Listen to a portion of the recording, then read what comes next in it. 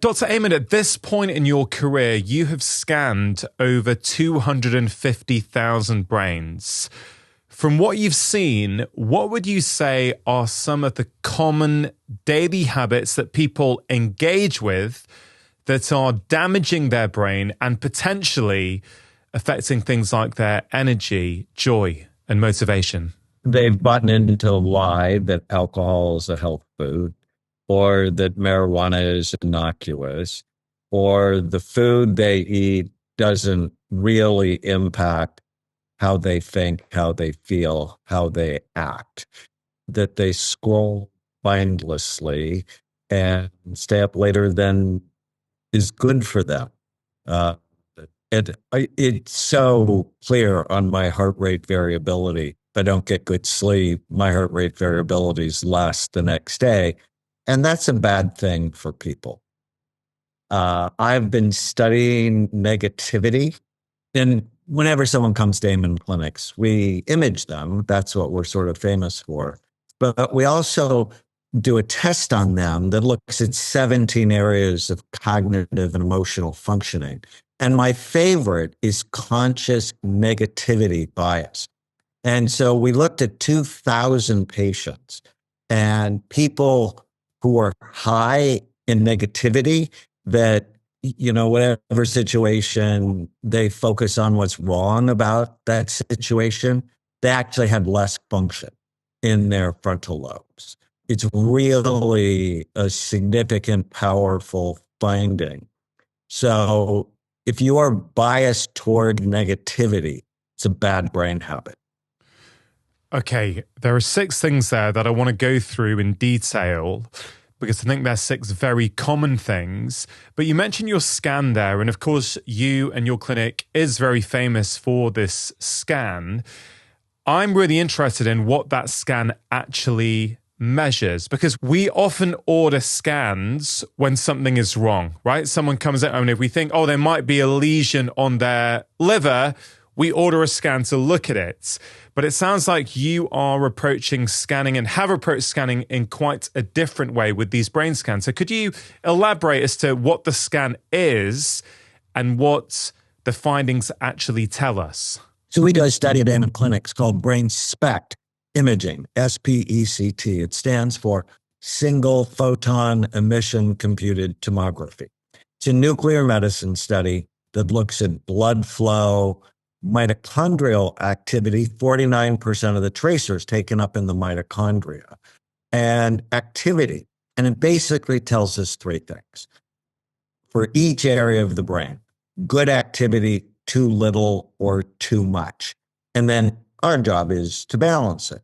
And like you, when something's wrong, when someone's anxious, when someone's depressed, when someone's angry, when someone is failing, when their behavior is so bad, they end up in jail. We want to look at their brain and ask, well, why? Psychiatry is the only medical specialty that virtually never looks at the organ it treats. And that's as arrogant as it gets, that you think you know what's going on in someone's brain. They haven't told you. And now you're going to start monkeying around changing their brain. And when I started looking at the brain, it literally changed everything. Most psychiatric illnesses are not mental health problems. They are brain health problems. If I get your brain healthy, you are less likely to be depressed. You're more likely to be a kind, thoughtful person, and your marriage is more likely to last. You're less likely to get Alzheimer's disease. And so just for me personally, it changed absolutely everything in my life. I was overweight when I first started scanning people. And then I realized as your weight goes up, the size and function of your brain goes down. And that was the one thing that motivated me to get to a healthy weight. So literally, from what I eat to how I think to how much I sleep, it's all because I looked at the brain And I'm like, oh, this is an organ just like your heart is an organ. If my brain's not right, I'm not right. Yeah, it's so fascinating. So many things coming up for me, Dr. Amen. It's interesting that in the medical field, we typically only image the brain if, I don't know, someone's had a fall and we think there might be a clot, right? Or someone might have fractured their skull, or we think there's a neurodegenerative condition that requires us to look at the brain, right? But we're not doing it, I don't think, anywhere near the rate in which you're doing it, to look at, I guess, what people are calling mental health problems, right? So you mentioned depression, anxiety, these kind of things. Most doctors are not referring their patients for a scan at that point. As I sort of immerse myself in your work, you're making a strong case that that's important to do so. And I'd love you to explain why it's so important for all of these cases. But also then help me understand the exact utilization for a scan, such as the one that your clinic offers. So I did the big NFL study, the National Football League, on, professional American footballers. And it was at a time when the NFL was sort of lying. They had a problem with traumatic brain injury in football. And I've scanned 400 NFL players, high levels of damage. So stop lying about it. Playing football is a brain damaging sport. And soccer is not much different. 80% of my players get better, meaning they're clinically better, but their brains are better. And I published that study.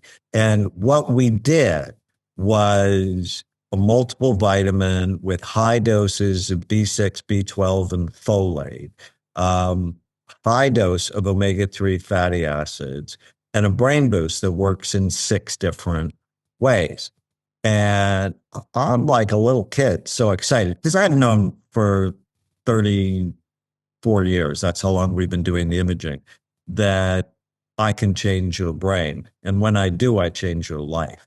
But to be able to prove it in brain damaged people, how exciting is that? And you've heard of CTE, chronic traumatic encephalopathy, the dementia football and soccer players and boxers get. I don't think we think about it right. I mean, because CTE is an autopsy diagnosis, that's, you got to be dead in order to get that diagnosis. I can completely tell and have published research on it that brain SPECT imaging, what we do, is one of the best studies in the world to look at concussions and the functional effects of traumatic brain injury. But then to be able to demonstrate you're not stuck with the damage you have, you can make it better. It's so exciting to me. And literally every day, you are making your brain better by what you do, or you're making it worse. And, one question for us to unpack. I worked with BJ Fogg, who's a professor at Stanford, on how people change. And I worked with him for 6 months developing tiny habits. What's the smallest thing I can do today that will make the biggest difference? And it's this one question.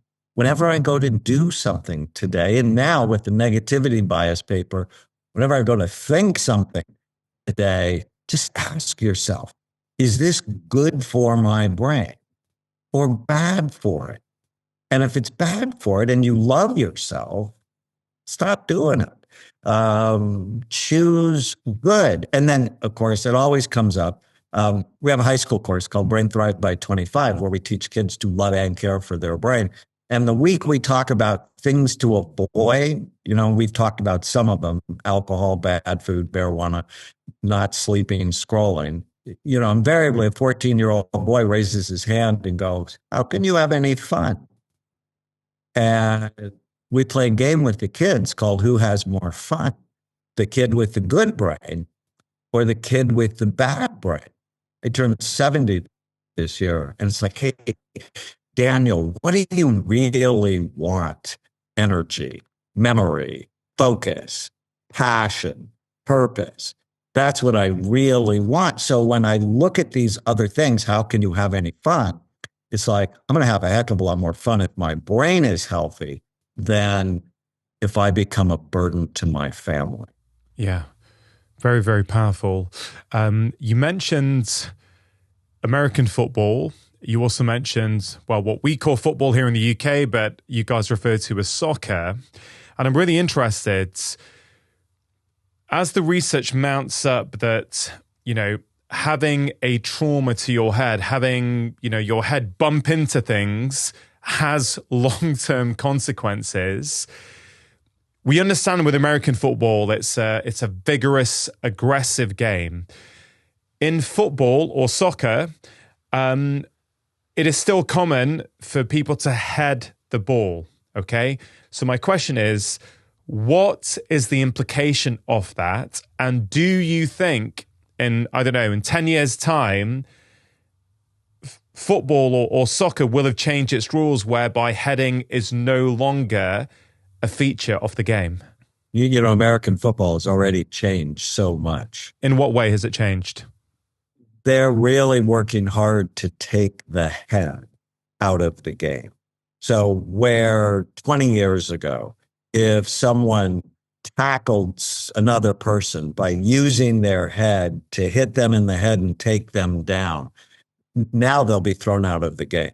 Now they'll be penalized severely.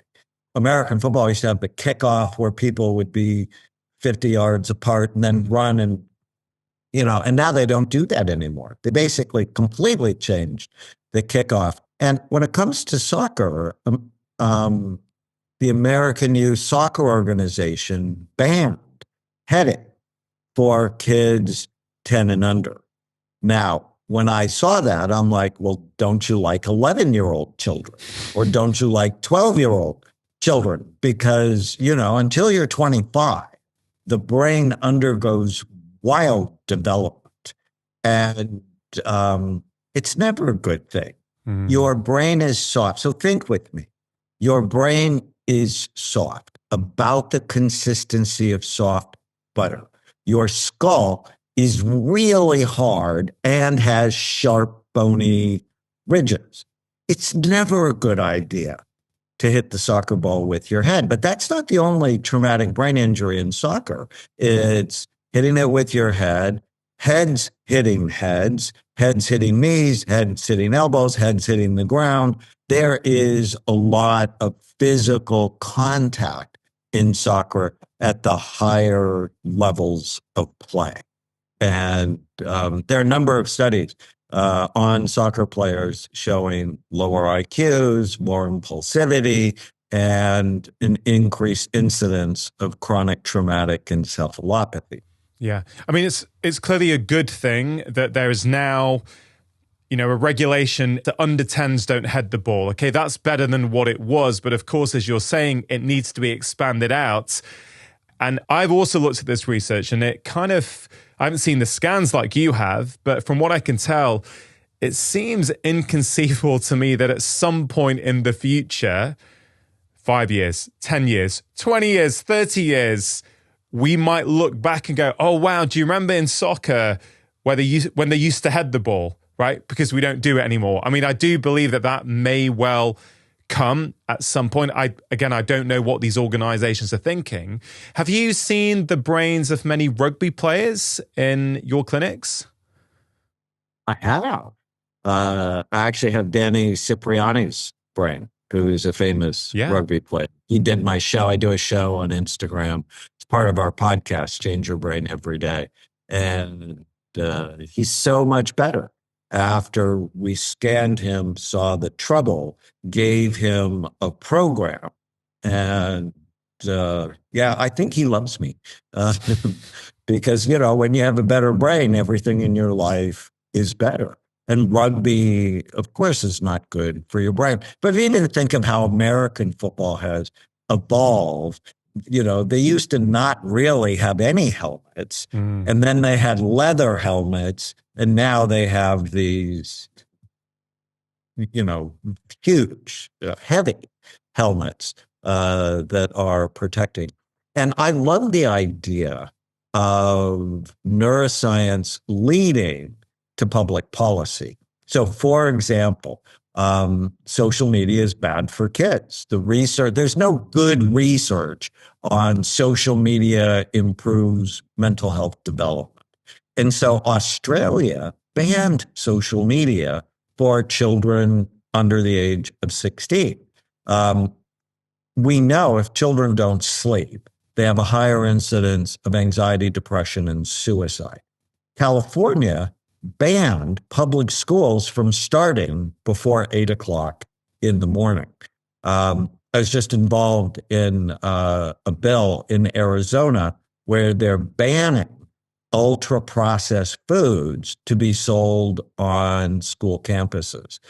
And I love being part of the transformation because my sneaky goal, the big goal I have in life, is actually to create a brain health revolution, which is why I do your show, because your show has a lot of reach. And I'm like, okay, got to create revolutionaries who want to have better brains, because how we change society is we change individual people. And because if you change, then your spouse is more likely to change, then your children are more likely to change. Then when you go out and everybody's drinking at the pub, you're like, give me a sparkling water. And your friends will give you grief. But because you love your brain more than you love pleasing your friends. Yeah. And I love that so much. And so my wife and I wrote a book called The Brain Warrior's Way, just because I believe we are in a war for the health of our brains. And you see it in the statistics on anxiety, depression, dementia, school failure, and so on. And the UK is really no different than the United States, except smarter in like, no, we're not going to buy food that has hormones and antibiotics in it. We ban a lot of chemicals that may not be helpful for people. That I'm a huge fan of. Yeah. It's clear you're very passionate about this. I've watched many of your interviews on other podcasts, and you clearly are driven by this real passion to help people reclaim the health of their brains. And what you just mentioned there about rugby and some of the rugby players you've worked with is really quite inspiring. And it reminds me of how you started your recent book, Change Your Brain Every Day. Right at the start of that book, you wrote, "You are not stuck with the brain that you have. You can make it better, even if you have been bad to it, and I can prove it. You can literally change your brain, and when you do, you change your life." So those are very powerful words. I know that's something you strongly believe. So why don't we just go through those 6 things that you outlined right at the start? Let's help people understand why they're so damaging for their brains. And then let's go to the kind of proactive things that we can all do, because you also say in that same book that brain health is a daily practice. And I really love that sentiment. Okay. So if we just go to that list at the start, you outlined alcohol. What's the deal with alcohol and the health of our brains? Can you see it in people's scans? What do you see? And is there a recommended amount that you say, well, this is okay, but beyond that, it starts to become a problem? So the American Cancer Society 4 years ago recommended 0 alcohol. Why? Any alcohol is associated with an increased risk of 7 different cancers. The American Surgeon General just a couple of months ago said people shouldn't drink. Now, I don't know if people will do that or not. If you love your brain, less is clearly better. Alcohol prematurely ages the brain. Plus, alcohol is a disinfectant, right? My wife's a nurse. If she gives you a shot, the first thing she does is put alcohol on your skin to disinfect the area. Well, there's this thing called the microbiome, which I know you know about, but you have 100 trillion bugs in your gut, and they make neurotransmitters, and they digest your food, and they detoxify your body, and they support your immune system. Why are you drinking a disinfectant. Like, how does that really make sense? Not to mention, there has not been a week that has gone by in my 45 years of being a psychiatrist where alcohol hasn't devastated someone in my family, someone of my patients' families. Either one of my best friends had her daughter killed by a drunk driver. Alcohol disinhibits people, and they say things they shouldn't say, or they do things they shouldn't do. My daughter said, when you say something when you're drunk, well, those are really sober thoughts. And well, just because you have a thought doesn't mean you believe it. And it absolutely doesn't mean you should say it. And so it just gets people into too much trouble.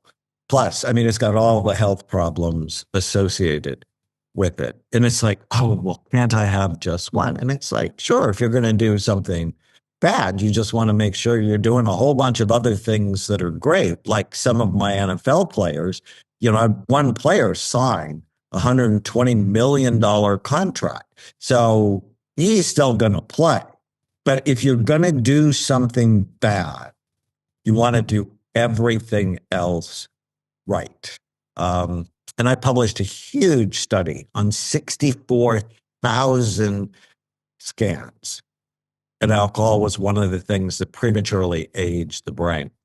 But what was worse was marijuana. And that surprised me.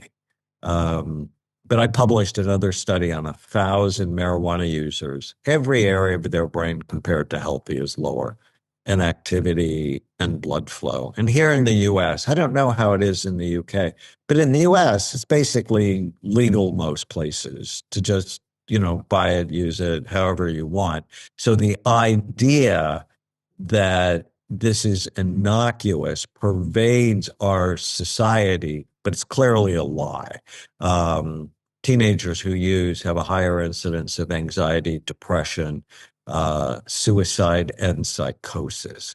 And so I'm not a huge fan of anything that lowers blood flow to the brain. Is it more problematic if we're talking about alcohol or marijuana if you're doing this, you know, at the age of 16 compared to when your brain is more formed, let's say at 40, 45? Is there a difference, do you think, in the long-term implications? Yes. I think it's much more damaging if you poison a developing brain that is, and people don't really get this. Your brain undergoes wild development all the way up until the age of 25. And so the idea that an 18-year-old is an adult, not really. In my household, because I have 6 kids, the youngest is 15, you know, the 20 and 21-year-old are sort of baby adults, that they still need us. And, you know, I want to be involved in supervising, not at a crazy level, but I really want to have a close relationship with them so that I can guide them. I have a new book out called Raising Mentally Strong Kids. And there's a whole section on brain development and how important it is to protect teenage brains. And a lot of parents think they can't influence their kids. And so they begin to abdicate it when they're 13, 14. And I think that's a big mistake. I think we need in schools to teach kids to love and care for their brain. Yeah. Dr. Amen, I'm just trying to think through this for my audience. There's not that many 16-year-olds, I don't think, who listen to the show. There are some who contact me and let me know, but I guess the typical demographic who listen to my podcast around the world is a little bit older than that. But I wonder if you could do me a favor, okay? Because a lot of them who are listening now will be perhaps worried about their children or their teenage boy or their teenage daughter who maybe has started to drink alcohol with their friends at the age of 15 on a Saturday evening to bond and socialize, or to smoke marijuana with the belief that it's okay, that it's innocuous. So I wonder if I could ask you to do something that I don't think I've ever asked anyone to do in the history of this show, which has been going for over 7 years now. Could you speak to me as if I was a 16-year-old and explain to me why I should think again before I consume alcohol or smoke marijuana? So I have thought about this a lot. And what I realized is if I'm going to make a difference in your life, and I want to, I have to first start by getting you to care about your brain. And so I have a poster that hangs in over 100,000 schools, prisons, churches called Which Brain Do You Want? Which is healthy scans surrounded by drug-affected scans. But you can't start with that. You have to start with your brain is involved in everything you do. How you think, how you feel, how you act, how you get along with other people. Your brain is the organ of intelligence, character, and every decision you make. And when your brain works right, you work right. And when your brain is troubled for whatever reason, you have trouble in your life. And what I've seen over 45 years and now almost 300,000 scans that I've looked at, brain scans, is that when your brain is healthy, you're happier, you're healthier, you're wealthier because you make better decisions, and you're more successful in everything you do. When your brain is not healthy because of alcohol or marijuana or traumatic brain injury or eating lousy food, you're sadder, sicker, poorer because your decisions are not as good. And if you want to have the best life possible, love your brain. And two analogies I'd love to give kids is if you tell me the car you like the best. Is it a Lamborghini? Is it a Mercedes? Is it a BMW? What car do you love? And they'll tell me. And I'm like, would you ever put salt in the gas tank? And they would go, no. I'm like, well, why? It's like, well, it wouldn't work right. Or what if you had a $10 million racehorse? So I've scanned some of the world's best jockeys, jockeys that have won the Kentucky Derby. I said, if you had a $10 million racehorse, would you ever get it drunk? Would you ever get it high? Would you ever feed it junk food? And they look at you, right? If they're smart, they look at you like you're an idiot. It's like, well, of course I wouldn't do that. Well, why wouldn't you do that? Well, the horse, my investment in the horse wouldn't pay off because this incredible animal wouldn't perform right. But aren't you worth so much more? And with a better brain, you actually get what you want in life. Yeah, I love that. I absolutely love that. And the way you finished off there, it reminded me of what we started off this conversation talking about, these scans, right? And whilst everyone in the world doesn't have access to these scans, I think what's really interesting to me is that it's obvious to a kid, isn't it, that if they dream about having a Porsche or a BMW one day, that they never put, Diet Coke in or salt or acid or whatever it might be, right? Or the racehorse analogy. But we don't think as a society about our brains in the same way. And there's many reasons for that. But one of the reasons is because we can't see it, right? So when a child or an adult is deciding, I'm going to have this dessert, I'm going to have loads of sugar today because it's a cheat day or whatever reason they may have in their heads, they're not directly seeing the impact that it's having on their brain. Now, if we draw an analogy, one of the reasons why I think CGMs, continuous glucose monitors, for some people now and again can be so beneficial is because instead of hearing generic advice about what you should eat or what you shouldn't eat, you're actually seeing for yourself, when I eat this food, my blood sugar is going into the diabetic range. That is so powerful because it's not someone else's body, it's your body. And I think for many people, it's one of the most powerful tools for change that I've ever seen. Do you sometimes find it difficult to find time to fit wellness into your life? I know many of us do. We feel our lives are too busy. Boncharge are a wellness brand who have a fantastic range of products to help you feel better, sleep better, and live better. And I've been using many of their products for well over 5 years now. And what I love the most is that they don't require me to find extra time in my life. I think their blue light blocking glasses are some of the highest quality out there. I've been wearing them for years in the evening, also when I go traveling. I also love their infrared sauna blanket, which is much cheaper and more accessible than having a sauna in your own house. It's really easy to set up and you can have a quick 30-minute session whilst relaxing, reading or watching television. And this sauna blanket is going to help you with recovery, relaxation and sleep. Boncharge are giving my audience an incredible 20% off everything on their website. All you have to do is go to boncharge.com/livemore and use the coupon code livemore to get your 20% off, or just click on the link in the description box below. I imagine people seeing their own brain scans that you offer might also give people that kind of buy-in as well. Is that what you've experienced? Absolutely. And I'm also a huge fan of continuous glucose monitors, especially people who are vulnerable. But do you think the analogy works? Is that one of the things your brain scan gives people, is it takes this hidden organ and makes it visible?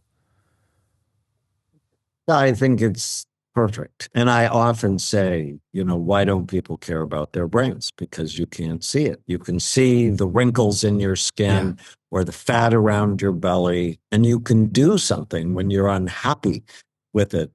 But because we don't look at the brain, we don't care and we don't know. And that's a bad combination. Here in the US, we spend more money on plastic surgeons than we do on loving and caring for our brain. And, how your face looks is important, but how your brain looks is way more important to your happiness, health, and success. But isn't it true, that the other way around it works, in the sense that if an individual did all the things that you recommend in your books and in your podcast about looking after our brain, our diet, moving our body regularly, lowering stress, not exposing ourselves to toxins, etc., not only would your brain get better, but it's likely your skin would actually get better anyway.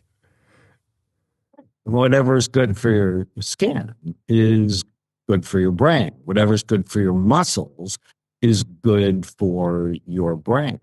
And when you think of the brain is an organ, just like your heart is an organ, what that means is you actually have to get your heart right to have a good brain. You have to get your liver right to have a good brain. I have an acronym I like a lot that frames things to do and things not to do, called bright minds. You want to keep your brain healthy or rescue it. You have to prevent or treat the 11 major risk factors that steal your mind. And it's actually my Alzheimer's prevention program. But what I also realized, it's also my depression prevention program. And right minds, like B is for blood flow, R is retirement and aging, I is inflammation, D is diabetes, S is sleep. So in it, it really tells you what to avoid and what to do. So we've been talking about T, toxins, alcohol, marijuana. I'm very concerned about psilocybin. Not that I don't think it might have therapeutic benefit, but because the word is out, oh, this might be helpful. We have teenagers doing mushroom parties. And the incidence of psilocybin psychosis has dramatically skyrocketed. And it's the same thing that alcohol is a health food. Alcohol goes up. Marijuana is innocuous. Now, so many people are high and getting high with their children. I think this is going to happen with psilocybin, and I'm very worried about that. But there are other toxins like mold or mercury, or the products you put on your body that we have to be really thoughtful about. So just, unpacking tea for toxins is critical. Yeah. In your book, in your latest book, you also mentioned under toxins, I think makeup, and you're talking about some of the makeup products contain ingredients that are toxic for our brains. Are you able to expand on that? What are some of these ingredients? Are there things that people can look out for when they're choosing these products? Things like parabens, very common in makeup products, phthalates, they're hormone disruptors. And I don't know if you've seen it in the UK. I've certainly seen it in the US. Young people with low testosterone levels. It's actually quite frightening. And I think it's the toxic products that we put on their body. So there's an app here in the US I like, probably it's in the UK, called Think Dirty. It allows you to scan your personal products, and it'll tell you on a scale of 0 to 10 how quickly they're killing you. And so for 50 years, I shaved with Barbasol. And on a scale of 0 is live long and 10 is die early, it's a 9. And I'm like, oh no. And so now I shave with something called Kiss My Face, and it's a 2. And it's actually not even more expensive. But even if it was, well, I'm worth it. I love myself. I am not putting toxic things on my body or the bodies of my children. And so, most people know I should read food labels. You also should read product labels.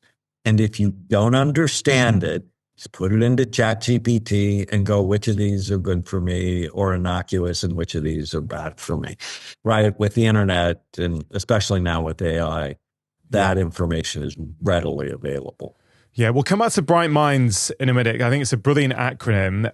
In terms of the common daily habits that people are engaging with that are damaging their brain, you mentioned alcohol, marijuana. You've also just mentioned some of your concerns over mushrooms and the widespread use in teenagers now, which I guess also speaks to what you said before about that age group and the developing brain and how sensitive it is. You also mentioned food right at the start of this conversation, okay? I'd love you to expand upon what are the key things we need to know about the things to avoid when it comes to eating things that damage our brain. And I particularly liked something you wrote in Change Your Brain Every Day on day 12. I really like the structure of that book. On day 12, you wrote this: the real weapons of mass destruction are highly processed, pesticide sprayed, high glycemic, low fiber, food-like substances stored in plastic containers. Please explain. So your brain is about 2% of your body's weight, about 3 pounds. But it uses 20 to 30% of the calories you consume. So if you have a fast food diet, a low nutrient diet, you're likely to have a fast food mind and not be able to think deeply. And this is very important. And so the nutrition we give our body basically goes to feed our brain. And so fast food, low quality food is rampant here in the United States, as is obesity, right? 75% of the population is overweight or obese. And so really thinking about, all right, what do I put in my body? And the first thing is water, because 80% of the brain is water, right? 70% of your body is water, 80% of your brain is water. So drink about half your weight in ounces a day. Um, and so I'm about 150 pounds, but I think it's about 66 kilograms. And so I want to have half of that in ounces of water a day. So I think that's the first thing. And then colorful fruits and vegetables because they have phytonutrients and antioxidants, but it doesn't mean Skittles. Skittles was actually recently voted one of the worst foods in the world because of the artificial dyes and sugar associated with it. High quality protein. Protein is critical to building brain cells. And did you know that your hippocampus, little side note, it's the major memory center in the brain, on the inside of your temporal lobe. So behind your eyes, underneath your temples, make 700 new stem cells every day.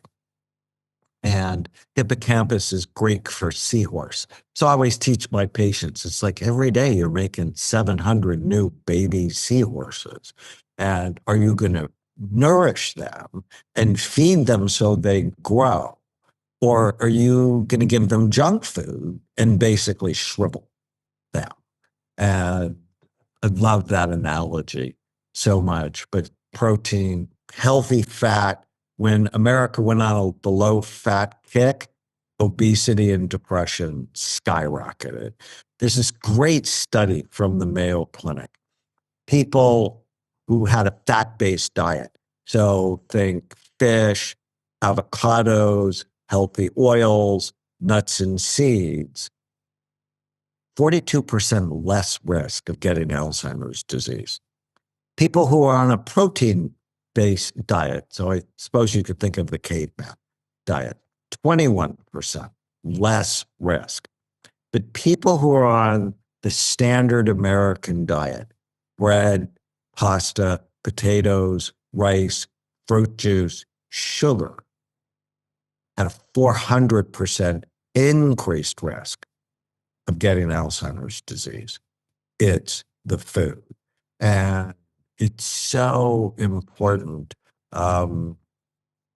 As many vegetables as you can sort of stand, along with healthy protein and healthy fat. What's the impact of sugar on our brain? Or excess sugar, I should say. It makes me think of this study from UCLA where they took mice and gave them a head injury. And I mean, it's not nice, but that's what they did. Whacked them in the head. And then one group, they gave them their regular healthy diet. And 3 weeks later, they could run the maze. They had already known how to run. The other group, they added sugar to their regular healthy diet. And 3 weeks later, the mice were still confused and couldn't run the maze. And you think on the sidelines, and it's maybe probably true in soccer, but it's clearly here in football, is they have Gatorade, which is basically sugar water with artificial dyes. And it doesn't allow us to learn. It doesn't allow us to heal. Sugar is pro-inflammatory, which we think is the basis of many psychiatric illnesses. It's for sure the basis of many physical illnesses, and inflammatory, addictive, and has no nutritional value. Less is clearly better.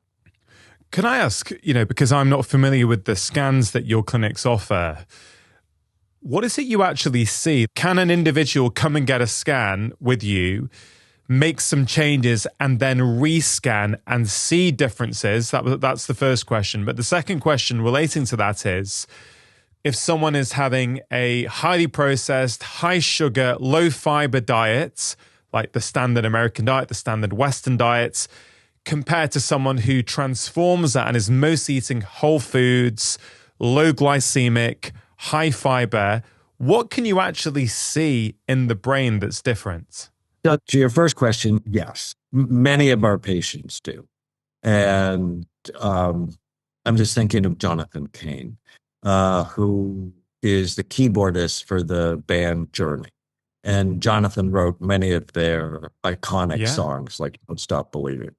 Jonathan was drinking 2 bottles of wine a day and eating poorly. His brain looked terrible. And I made him a poster. Um, it's here's your brain today. If you do what I say, here's your brain 6 months from now. And if you don't do what I say, here's your brain 5 years from now, which basically looked like an Alzheimer's brain. And I'm like, okay, which brain do you want? He immediately stopped alcohol that day, improved his diet, and his brain dramatically better. Well, how exciting Yeah. is that? So I use it as a motivational tool, but I also use to go, well, how are we doing? Are we doing the right things or are we not doing the right things? And in terms of food, are there specific differences you see in the brain, or is it more general? I think it's healthier overall. There's a study from Australia showing that there's a linear correlation between the number of fruits and vegetables you eat a day and your level of happiness. So 2 is better than none, 4 is better than 2, 6 is better than 4, so on. You know, I have 2 minds of the ketogenic diet that for some people it's miraculous. It's an anti-seizure diet, and it also is a mood stabilizing diet for some people. But I worry about it because there's not enough good fiber and good nutrients with it. And so people on the ketogenic diet have to take a lot of nutritional supplements. But that's a clear example that food is healing or it's damaging. Yeah. You also mentioned in terms of these negative daily habits, screen use and social media. Now, I'd love you to explain, is it screens in general? Is it social media? Is it both? And how would you help people think about their use of screens in relation to the health of their brain? Well, increased screen time goes with obesity and depression. Social media, especially for developing brains, goes with depression and anxiety disorders because you're constantly comparing yourself to someone else who is, you know, that's their public persona and you have no idea what they're like personally. But you often feel less than other people. And screens and social media were created in part to be addictive. And so I like to talk about dopamine and how dopamine is a critical neurotransmitter involved in motivation, pleasure, and focus. And the devices we have, the notifications we get, the email we get, or the text, they produce a little bit of dopamine in our brain, which goes with a little bit of expectation. Or in some people, cortisol, a little bit of fear. Oh, what do they want now? But the more we're on them, the more we get this dopamine dumping. And when you don't have it, you actually get depressed. So think of dopamine and cocaine. So it's these little micro dopamine bursts that over time begin to wear out the pleasure centers in your brain. So there's an area deep in the brain, big term, just think pleasure center. It's called the nucleus accumbens. And it specifically responds to dopamine. But the more you hit that, the more it wants more. And then it wants more and more to feel anything at all. And that's where addictions happen. In people who are obese, it's less reactive. which means they actually get less pleasure from the food they eat, and they have to eat more and more to feel anything at all. And so I like to think of drip dopamine, don't dump it. And obviously, alcohol dumps it, marijuana dumps it, psilocybin dumps it, cocaine, methamphetamine, they all dump dopamine. And that's where addictions start, nicotine as well. What does that mean, dumping dopamine instead of dripping it? So, dumping it is things that powerfully release it, like scrolling on TikTok for an hour. You just dumped a lot of dopamine into your system.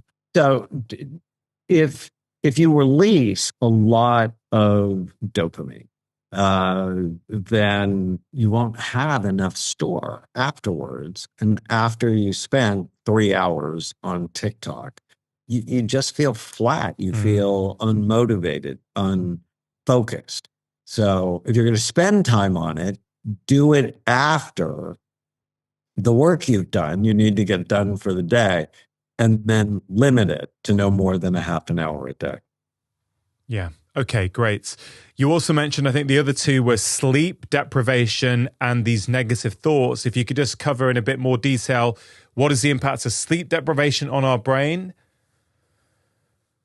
So when you sleep, your brain cleans and washes itself.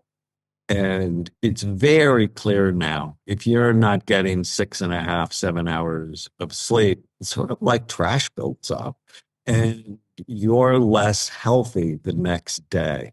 When we sleep, our body turns on 700 health promoting genes. If we don't get good sleep, those do not get turned on, and we're just more likely to be sick. So sleep deprivation basically goes with all of the bright minds risk factors. You have lower blood flow in your brain looks older, you have more inflammation in your body. We just talked about genetics. Yeah. If you have sleep deprivation, you're much more likely to get a head injury. The H in bright minds is head trauma. I mean, we talked about you have this lymphatic drainage that sort of cleans your brain at night. And if you don't get good sleep, you have more toxic buildup. You're more likely to be anxious or depressed, and your immunity goes down, which is the second I. And it's just bad for all of the bright minds risk factors. Yeah. I've been wearing this Whoop band for about a year now, and it's had a transformative effect on my health and well-being. I've gained so many insights, how different types of exercise and life stress affect my recovery, how different evening routines affect my sleep quality, and I would say that wearing this Whoop band has helped me understand my body much better. Whoop is the only wearable that turns your health and fitness data into personalized guidance, and I'm pleased to announce that the all-new Whoop is now available. 7% smaller and with 14 plus days battery life. Now, I've been a doctor for over 20 years, and I honestly don't think that health wearables are for everyone. Some people get overly obsessed with the data, and they can, of course, exacerbate health anxiety. But for some people like me, they can be absolutely game-changing.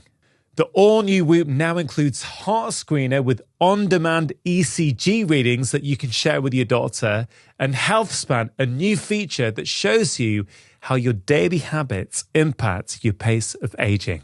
So if you want to improve your performance, longevity, and overall health, get the all-new Whoop at join.whoop.com/live more or click on the link in the description box below. And in terms of these negative thoughts, you mentioned some of this new research that you're involved with. A lot of people may be thinking, well, what can I do if I have negative thoughts? So what is your advice? I mean, just maybe recap, what are negative thoughts? Well, number one, what are they? Number two, what are they doing to our brain? And I guess number three is, what can people start to do about them? So many years ago, I coined the term ANTS, automatic negative thoughts, the thoughts that come into your mind automatically and ruin your day. So I had a really hard day at work. I saw 4 suicidal patients, 2 teenagers who ran away from home, and two couples who hated each other. And I'm home and nobody's home when I got home. And I go in the kitchen, turn on the light, and we have an ant infestation in the kitchen. And I'm just like, and as I'm wiping up what felt like thousands of ants, and you remember in medical school, we're always making acronyms, mnemonics to remember stuff. As I'm wiping them up, I'm thinking ants, ants, automatic negative thoughts. My patients are infested. And so the next day at work, I brought a can of ant spray. I'm like, I'm going to teach you how to get rid of these bad thoughts. And then I realized ant spray is pretty toxic. So I bought an ant puppet and an anteater puppet. And so here's the exercise. Whenever you feel sad, mad, nervous, or out of control, write down what you're thinking. And then ask yourself whether or not that's true, whether or not it's absolutely true. And then later on, I met Byron Katie, who I love. She wrote this great book called Loving What Is. And she has this 5-question process that I teach virtually all of my patients and I live with daily. And so, say you have a negative thought. My wife never listens to me. Well, write that down. My wife never listens to me. And in my work, and I have in the book, Change Your Brain Every Day, all the different types of ants, and like mind reading or fortune telling or all or nothing thinking or guilt beating.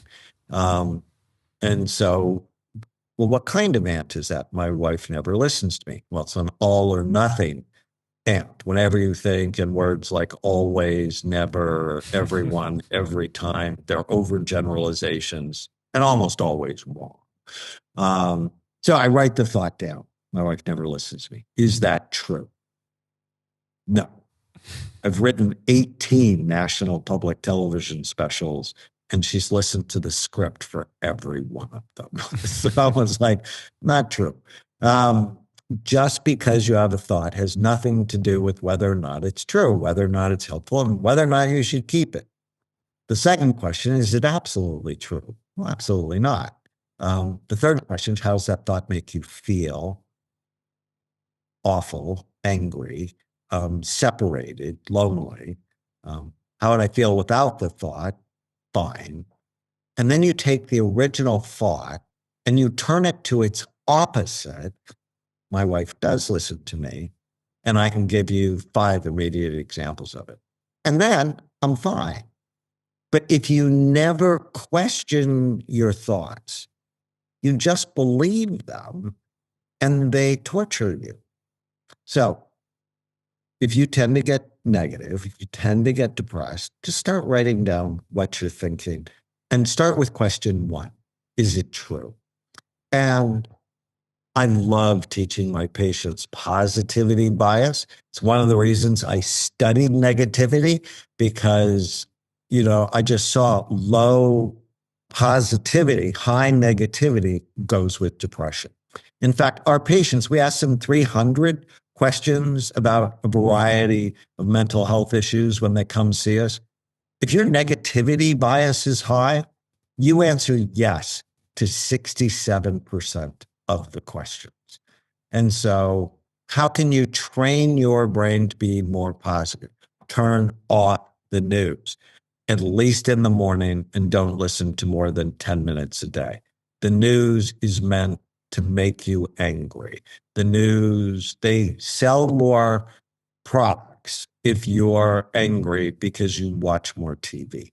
So turn off the news. Start every day with today is going to be a great day. Say it out loud, say it to someone else. Today is going to be a great day. But my favorite strategy that is so effective, it is found by researchers to increase happiness in just 3 weeks, is when you go to bed at night, I say a prayer, and then I go, what went well today? And I do it in a very structured way. I start at the beginning of my day, go hour by hour looking for what I liked about the day. Now, the bad stuff shows up, But I just imagine a big broom and sweep it away. I'm like, not now, not now. Now I'm going to focus on what I loved about the day. And even during the worst day of my adult life, when my father died, I did that. And I went to sleep. And it didn't mean I didn't grieve. It was a horrible day. But it's the practice. The brain is lazy. What you allow it to do is what it's going to do over and over and over and over. And you can choose to do good things and helpful things, like, is it true? Today's going to be a great day. What went well today? Or you can focus on why your life isn't going in the direction you want it to. Yeah. No, I think some really fantastic advice there. I don't think I've watched the news in over 5 years now. At least not something regular that I do. I only notice it when I go to actually people's houses, or I go and see my mum or my in-laws, for example. Then you can sometimes catch the news on, and it's quite abrasive when you're not used to it anymore. It's really interesting when you step away. And I think, I wrote down from your last book, that this idea that you start each day saying today is going to be a great day. And it kind of makes a lot more sense, having just heard what you have said about, the brain. I guess the brain is lazy. We get good at what we practice, and we need to fight that negativity bias to start training ourselves to see the positive everywhere. If someone was listening and they go, yeah, I mean, Daniel, Dr. Raymond, what is that really going to do? If I start each day saying today is going to be a great day, for a skeptic who doesn't believe that's going to make much of a difference, what would you say to them? Well, I have really significant research that negativity is bad for your brain. Now, I'm not a fan of unbridled positivity. The don't worry, be happy people die early from accidents and preventable illnesses. So if you came to me and you said, Daniel, I don't want to be anxious anymore, I'm like, bad goal. I said, but let's take your anxiety from 80, 0 to 100, and let's bring it down to 50, because you want to have enough that you do the right thing, right? If you don't have enough anxiety, that third beer or the third brownie, it doesn't bother you. And I want you to be bothered by it. So appropriate anxiety is essential. But if you're always looking at what's wrong, it's always going to be wrong. And it's bad for the judgment and decision-making part of your brain. And if you're always looking at what's wrong, you're going to have more pain. Yeah. I have a new book coming out in December called Change Your Brain, Change Your Pain. And it's on the intersection of physical and emotional pain. It's like, why is the supplement SAMe, S-adenosylmethionine, have research showing that it helps depression, but it also helps arthritis? It's because pain and depression run on the same circuitry in the brain. And negativity fuels it to become more active. Positivity settles it down. Now, but you want to do it in a rational way, right? Some anxiety is good. So I didn't end up late for the recording. It's like, oh, got to get home, want to be on a few minutes early just so I'm respectful, right? So that's healthy anxiety. But I don't want to have too much where, like, I showed up 2 hours early. Yeah. Okay, let's get into some of the things. I mean, we've covered a lot already, but some of these positive things that we can actually proactively do to improve the health of our brains. Again, with this core idea that it's never too late. It doesn't matter what's happened so far. You've given a few examples. You preach this message over and over again that you can always change your brain anytime you like once you start paying attention to the things that you need to do. You mentioned your Bright Minds mnemonics. Some of them we've covered, but let me just quickly summarize them all and let's go through some that we haven't covered. Okay, so B is for blood flow, R for retirement and aging, I for inflammation, G genetics, H head trauma, T toxins. That's the Bryce, of course, then minds, M for mental health, I for immunity and infections, N for neurohormone changes, D for diabetes, S for sleep issues. Let's go to the first one, blood flow, because I really like that one. Now, when I think of blood flow, I think when people think of blood flow, they may think of blood flow to their heart and not necessarily blood flow to their brain. But there's another saying you have: what happens in the heart happens in the brain and happens in the genitals. What did you mean by that? 40% of 40-year-olds here in America have erectile dysfunction. 70% of 70-year-olds have erectile dysfunction. What that means is 40% of 40-year-olds have brain dysfunction, and 70% of 70-year-olds have brain dysfunction, because if you have blood flow problems anywhere, they are everywhere. And one of the most fun advantages for me of getting patients on a brain health program is their erections are better for guys, and their orgasms are better for girls.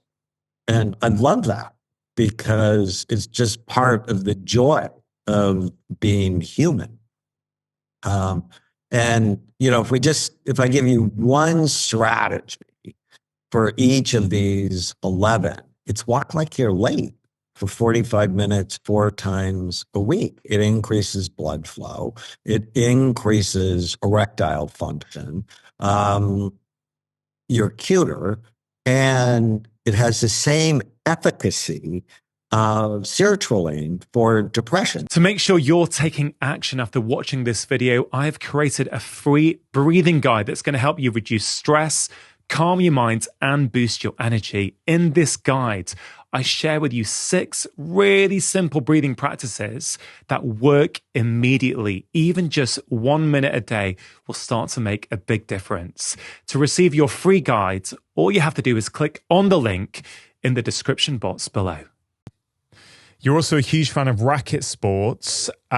Which one of the Bright Minds letters does racket sports apply to? And also, why are racket sports so good for our brain? So it would be under B for blood flow, and coordination exercises activate the sleeper part of the brain. So I don't know if you remember Rodney Dangerfield, but he was a very famous comic, and he used to always say, "I get no respect." And the cerebellum gets no respect, even though it's 10% of the brain's volume, but has half the brain's neurons. It's very important. And it's the coordination center of the brain. And when you activate it, everything else turns on in the brain.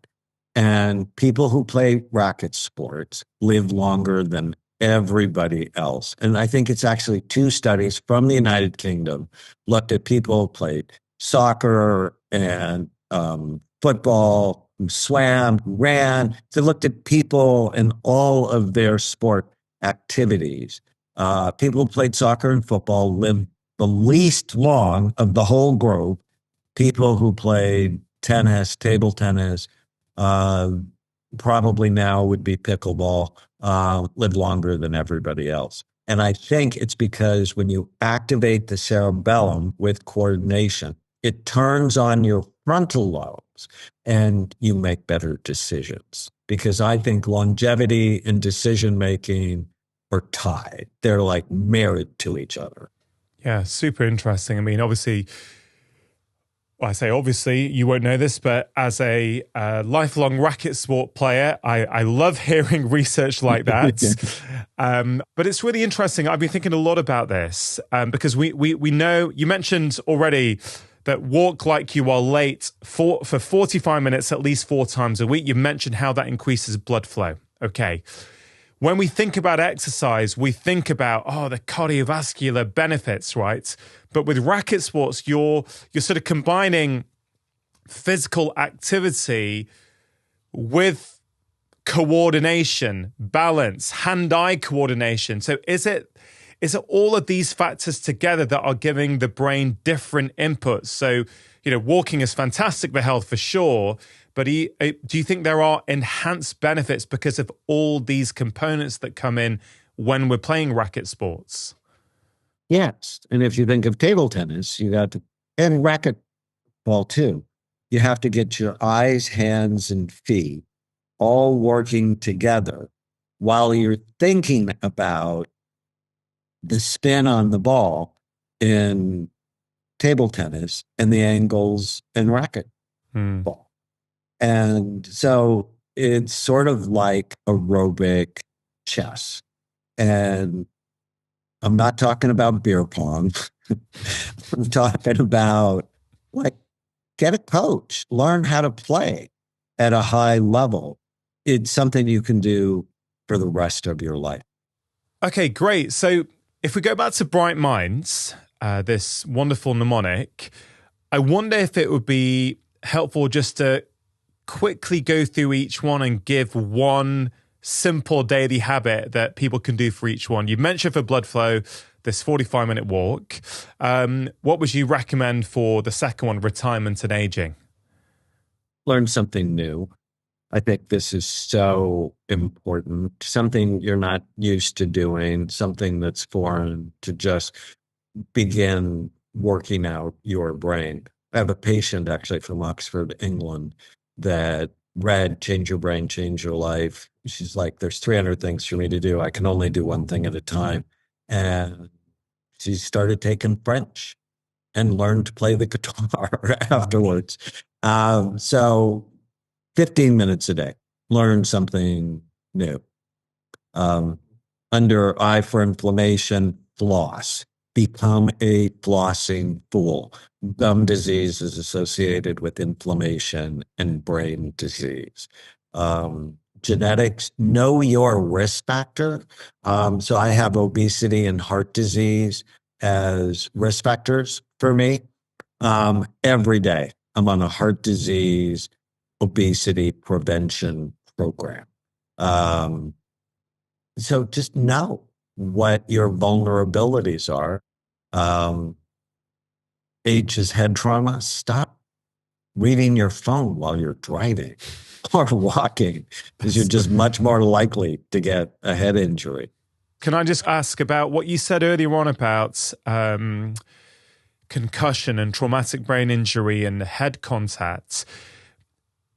If someone has a child who plays these contact sports at school, right?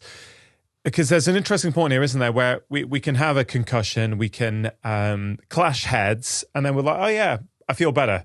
Let me crack on with life, right? What would you say? Is there something that people should think about when they hear about this in their child, or they themselves, I don't know, they go snowboarding and they bump their head against the slope and maybe they're not wearing a helmet? Yes, they recover, they get on with their life, but is there something they can do to kind of figure out, has there been any sort of damage there that is not immediately obvious with my symptoms? Rangan, if you ask me, the single most important lesson I've learned from all the scans I've done is mild traumatic brain injury is a major cause of psychiatric disability, and nobody knows it because most psychiatrists, psychologists never look at the brain. Undiagnosed brain injury is a major cause of homelessness, addiction, suicide, depression. We have to be way more thoughtful to protect developing brains. And I just got this flashback and it made me so sad. I knew this within 2 years of scanning people. And I used to write a column in the local newspaper where I lived. And I wrote one on suicide and head trauma. And It was 6 o'clock at night. I was in my office still. The phone rang and all my staff had gone. So I picked it up. And it was this mother who was crying. And so I actually waited for her to come see me. And her son had a bad bike accident. The front tire hit the curb and he fell over, hit his head on the sidewalk. And she said he was never the same. And 4 months ago, he killed himself. And reading your column just gave me peace that it wasn't because I was a bad mom.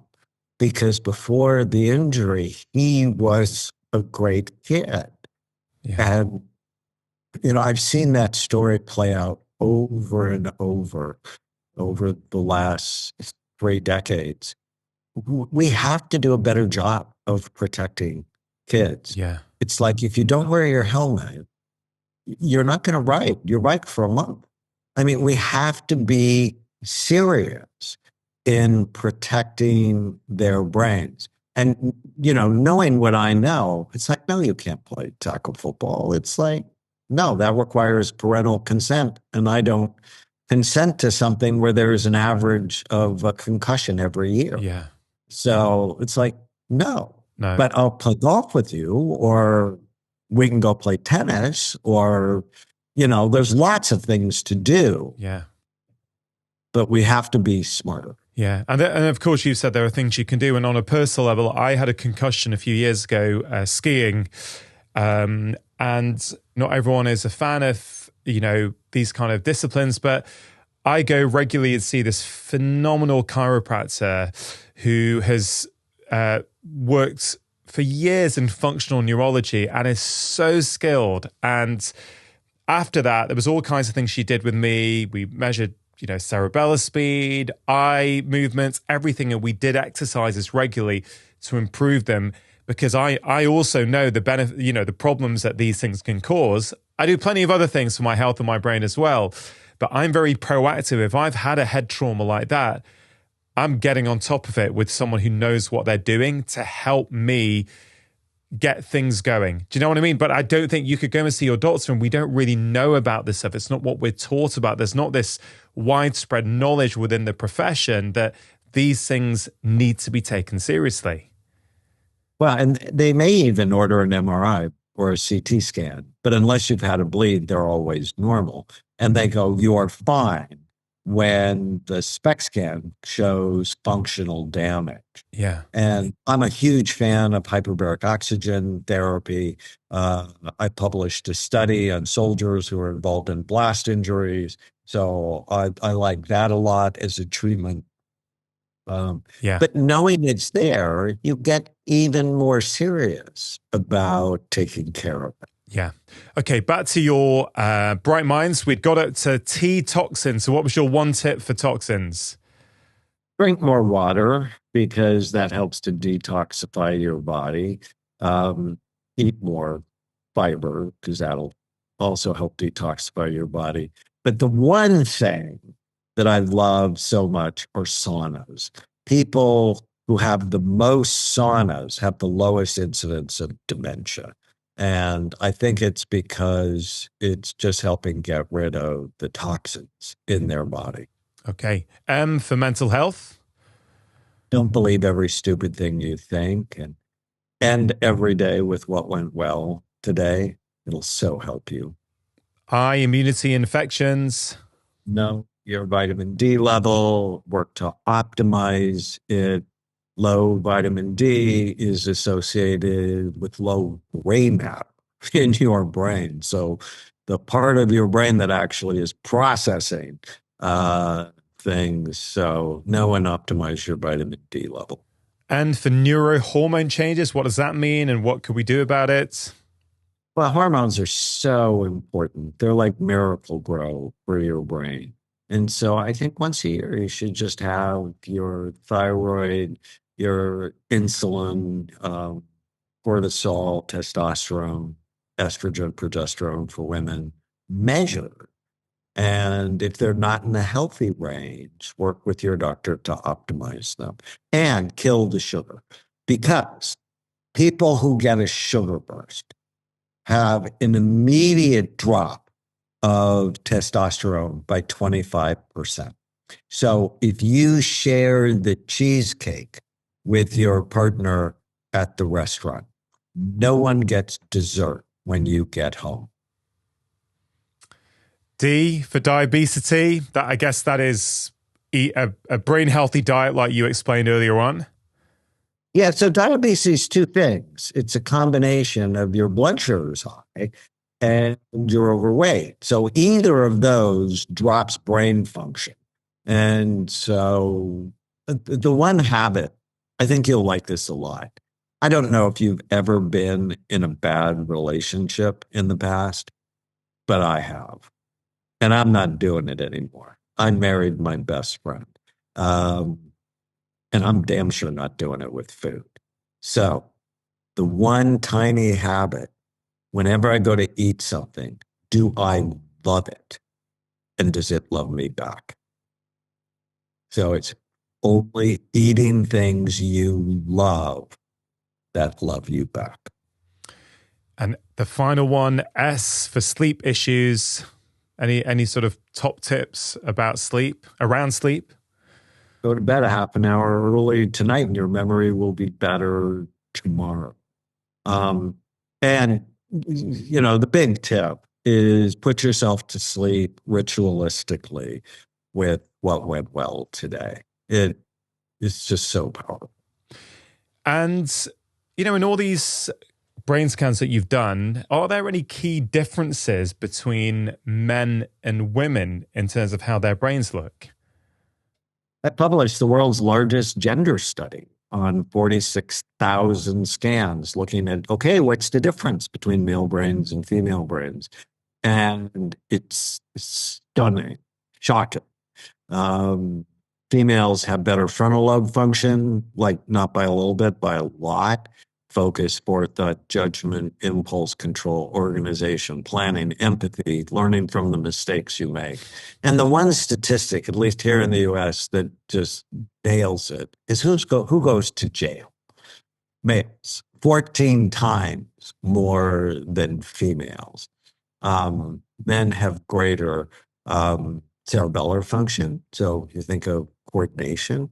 Women have a larger limbic system, which is involved in bonding, but also mood disorder. So they have twice the amount of depression as men do. But there's not one society on the face of the earth where men are primary caretakers for women. And what's interesting is in another study, women have 52% less serotonin than men, which highlights their vulnerability to depression. But serotonin is an inhibitory neurotransmitter. It settles things down. One of the reasons why their frontal lobes are as busy as they are. Yeah, thank you. Well, Dr. Raymond, it has been so fascinating talking to you. I don't think we've even scratched the surface of all the various topics that you can talk about. And maybe we can park some of them for a part two at some point in the future.